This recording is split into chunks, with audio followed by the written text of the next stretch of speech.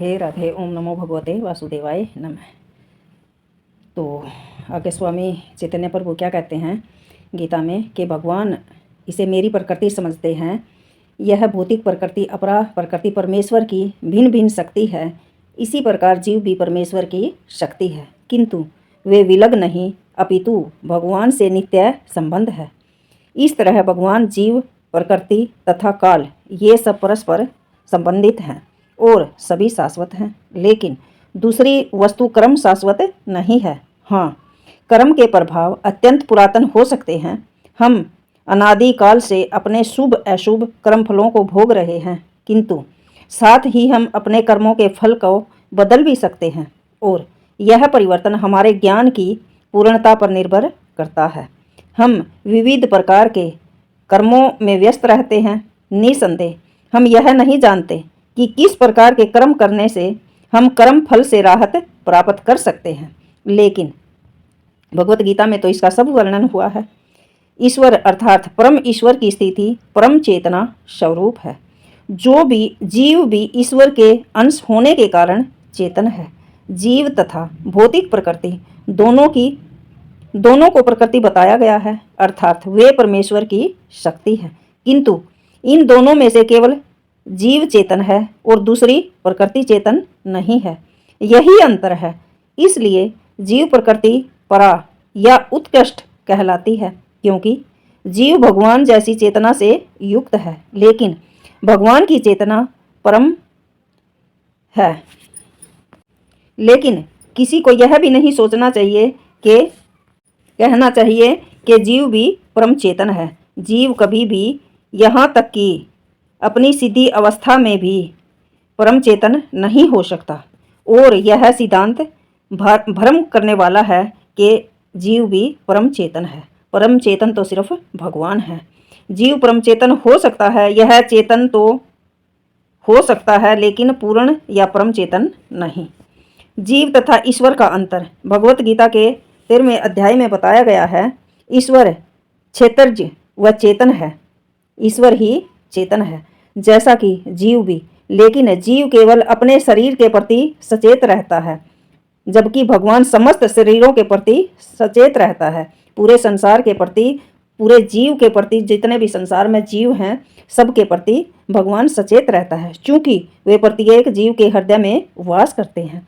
इसलिए वे जीव विशेष की मानसिक गतिशीलता से परिचित रहते हैं। हमें यह भी नहीं भूलना चाहिए, यह भी बताया गया है कि परमात्मा प्रत्येक जीव के हृदय में ईश्वर या नियंता के रूप में वास करते हैं, और जैसा कि जीव चाहता है वैसा करने के लिए जीव को निर्देश करते रहते हैं।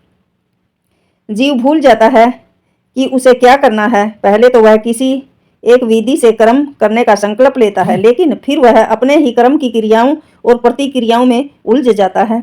इस प्रकार एक प्रकार का शरीर त्यागने के बाद वह दूसरा शरीर ग्रहण करता है।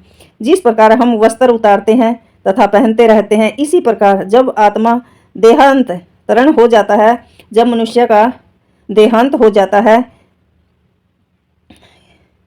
उसे अपनी विगत पूर्वकृत पहले किए हुए कर्मों का फल भोगना ही पड़ता है। ये कार्यकलाप तभी बदल सकते हैं जब जीव सतोगुण में स्थित हो और यह समझे कि उसे कौन से कर्म करने चाहिए। यदि वह ऐसा करता है तो उसे विगत पूरे कर्मों के सारे फल बदल जाते हैं। फलस्वरूप कर्म शाश्वत नहीं है। इसलिए यह कहा गया है कि पांचों ईश्वर, जीव, प्रकृति, काल तथा कर्म में से 4 शाश्वत हैं, सबसे कर्म शाश्वत नहीं है।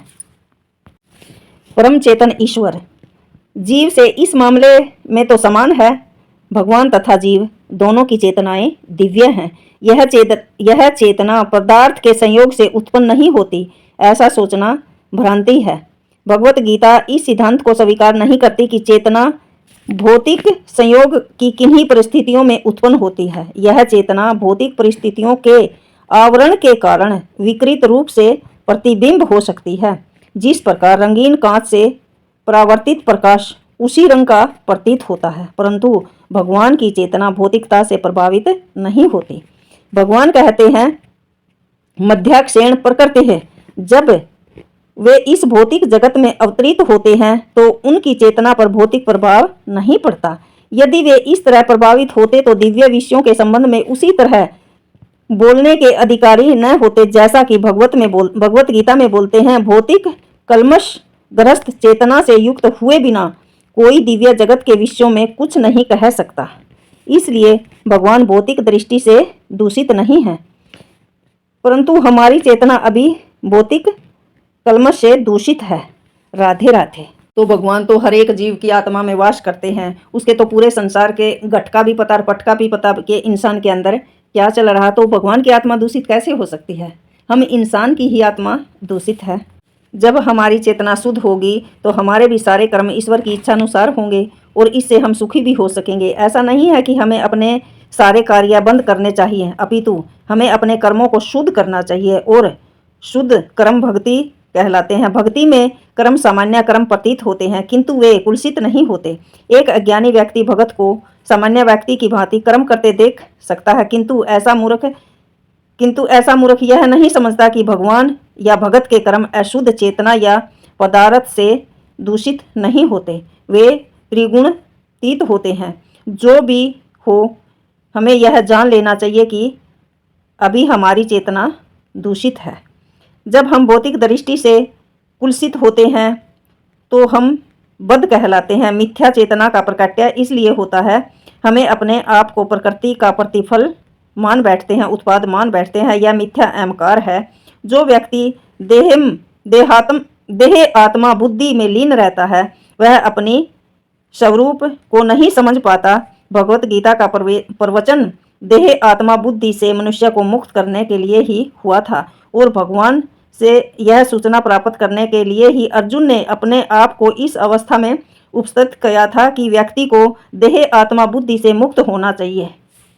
अध्यात्म के लिए पहला कर्म यही है। जो बंधनों से छूटना चाहता है, जो मुक्त होना चाहता है, उसे सर्वप्रथम यह जान लेना होगा कि यह शरीर नहीं है। मुक्ति का अर्थ है भौतिक चेतना से स्वतंत्रता। श्रीमद् भागवत में भी मुक्ति की परिभाषा दी गई है। मुक्ति अहित्याम यथा रूपम स्व रूपेण व्यस्थित। मुक्ति का अर्थ है इस भौतिक जगत में कुलसित चेतना से मुक्त होना और शुद्ध चेतना में स्थित होना। राधे राधे।